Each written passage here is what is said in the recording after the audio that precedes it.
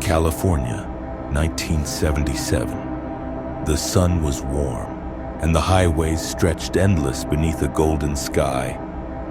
She was hitchhiking to a friend's birthday, a backpack on her shoulder, thumb pointed west. Near Red Bluff, a blue Dodge Colt pulled over. A young couple smiled from the front seats, a baby in the back. It looked safe, ordinary. Colleen got in, the door shut. What began as a simple favor would soon spiral into a waking nightmare, one that would unfold in silence, under floorboards, behind walls, for 7 unbroken years.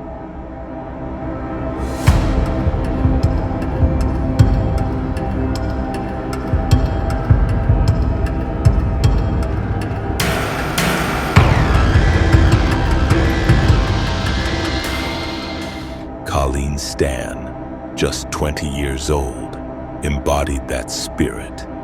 Young, hopeful, she dreamed of a new life. On May 19th, she set out, hitchhiking from Oregon, heading south to a friend's birthday. She had done it before. Back then, hitchhiking was part freedom, part faith in strangers. A ride, a chat, a new town. No one imagined that trust could become a trap.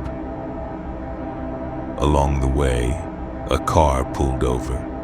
Inside, a seemingly harmless couple, Cameron and Janice Hooker. They offered a ride, a simple, generous gesture that would plunge Colleen into a nightmare beyond imagination. Cameron Hooker drove. His wife, Janice, sat beside him. They seemed normal, the kind of people you'd ask for directions, but monsters don't always come in masks. But as the miles passed, the car took an unexpected turn. The landscape outside blurred. The smiles faded. Then, suddenly, a knife, cold, at her throat. The world cracked open. He forced a box over her head. Wood, foam, no light, barely any air. A muffled cage.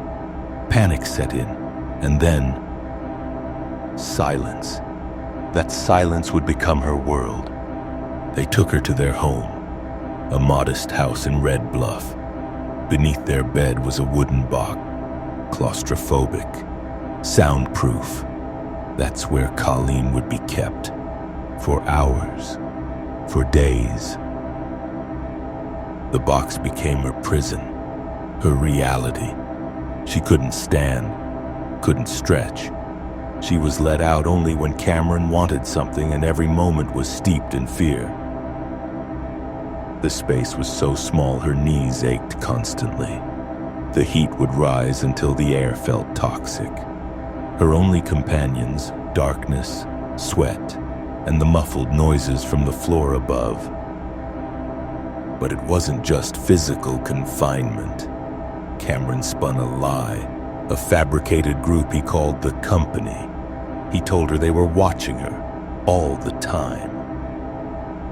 If she ran, they'd punish her family. They had eyes everywhere, he said. Escape meant death, not just for her, but for the people she loved. He backed it with staged evidence, strange calls, unexplained cars on the street. To Colleen, the danger felt real. She believed, and belief is a powerful leash. The fear worked. Colleen began to obey. She signed a contract Cameron wrote, a document claiming she had chosen to stay. It gave him complete control. Janice, Cameron's wife, watched. She had suffered under him too, manipulated and broken. But now she watched him transfer his control to Colleen. Janice played a role in enforcing Cameron's fantasy. She reinforced the lie, helping maintain the illusion of the Company's reach. It was a duet of delusion and domination.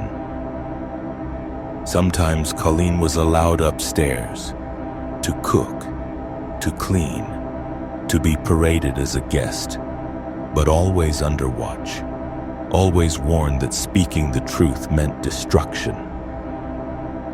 She even met neighbors, smiled politely, was introduced as a live-in helper. No one suspected. No one saw the signs.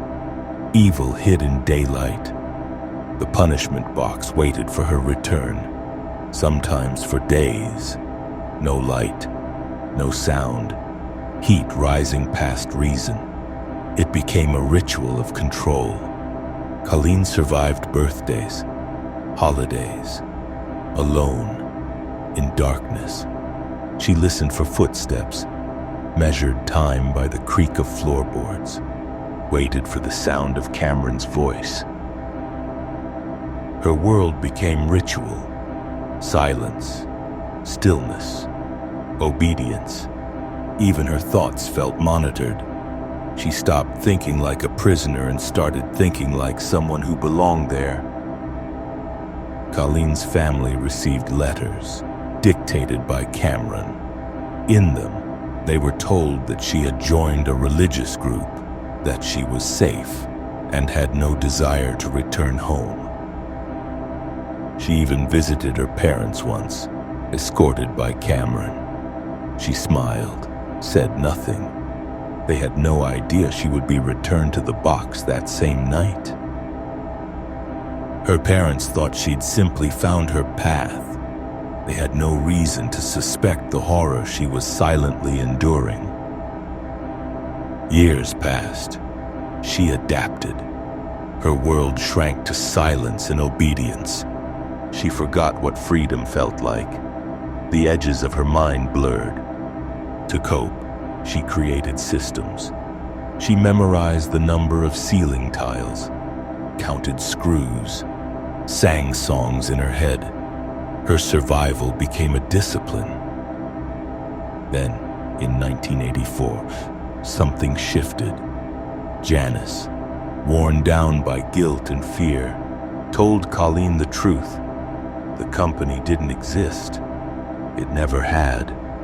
Everything cracked. 7 years of terror began to dissolve into rage and clarity.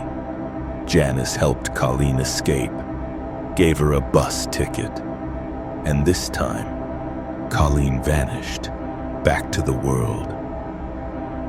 But freedom wasn't simple. She didn't call the police, not right away. The trauma was too tangled.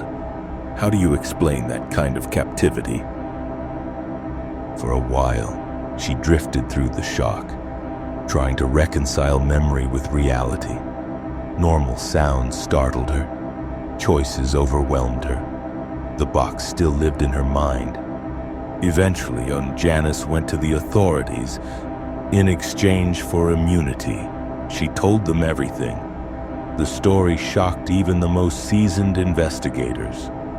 Inside the hooker's home, they found the box, the contracts, the journals, restraints, tools.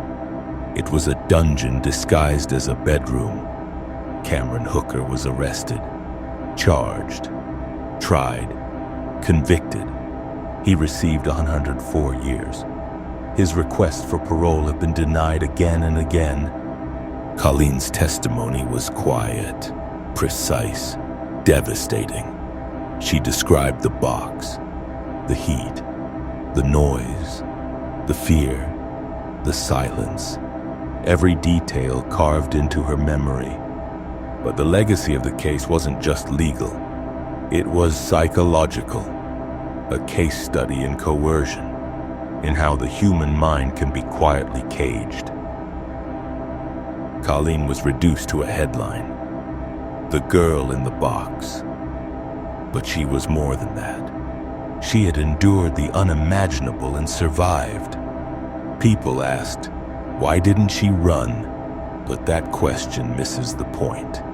When belief becomes your prison, freedom looks like a lie.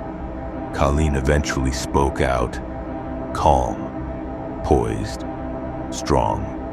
She described how control feels when it's all you know, how silence isn't weakness, it's survival. She forgave, she rebuilt, but the scars remain, unseen beneath the surface, like the box she once called home. Even today, her story sparks debate. Was Janice a victim? An accomplice? Could the law truly account for the weight of silence? And so does the question, how many others have vanished behind polite smiles and suburban doors, never seen, never heard, never missed? In a quiet California home, beneath a bed, time stopped for one woman, and the echoes of her silence still rattle in the dark corners of ordinary life.